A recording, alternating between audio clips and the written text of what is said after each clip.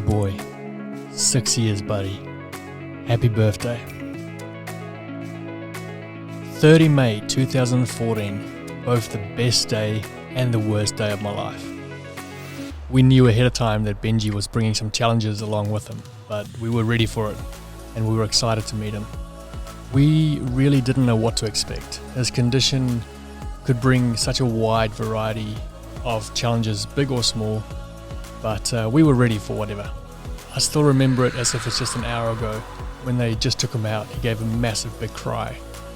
And I remember just being so relieved because a cry is a sign of life. Little did I know that would be the only cry that he would ever give. Benji was a lot sicker than what they originally thought.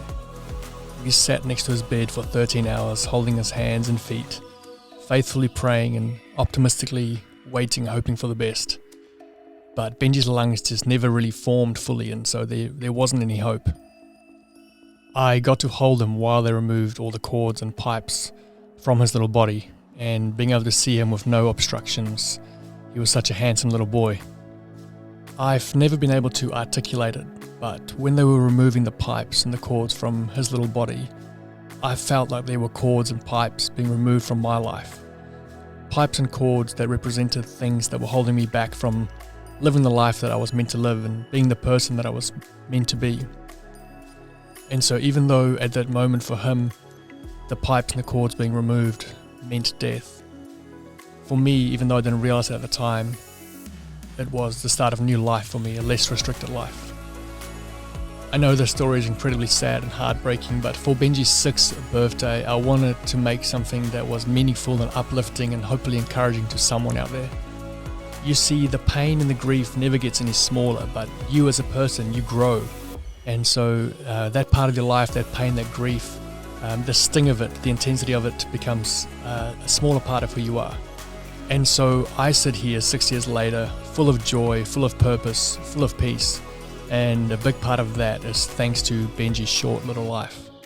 You see, I was a chronic people pleaser. I would put aside care for myself and even for my family to do what I thought others wanted me to do and to live up to the expectations that I thought others had of me. But because of that painful night, I was able to start pursuing things that really made me happy and make decisions for our family that would bring us to a place of health and happiness and peace, so that out of that healthy place we can then serve others to a deeper level. And that's the one message I wanted to get across this year with Benji's video, and I'm sure he'll be pumped that this message is getting out, is that you can only care for others if you are actually happy and fulfilled within yourself.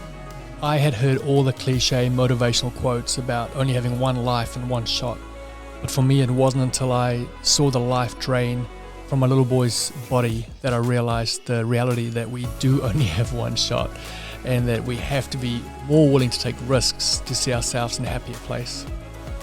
I never want to encourage anyone to be reckless, but I do want to challenge you to reevaluate where you're at and what you're doing and if you're really happy, and whether it might be time to step out and take some risks to do the things that you've always wanted to do. I would not have thought in 100 years that I would be taking photos and making videos for a living and just loving my life the way I do right now. The failures and setbacks and disappointments that came with taking a risk and doing something fresh and new was very real, and they were many. But so far it's been absolutely worth it. And so on your 6th birthday, Benji, I just wanted to thank you again for helping remove the cables and the cords that were holding me back. Happy birthday, son.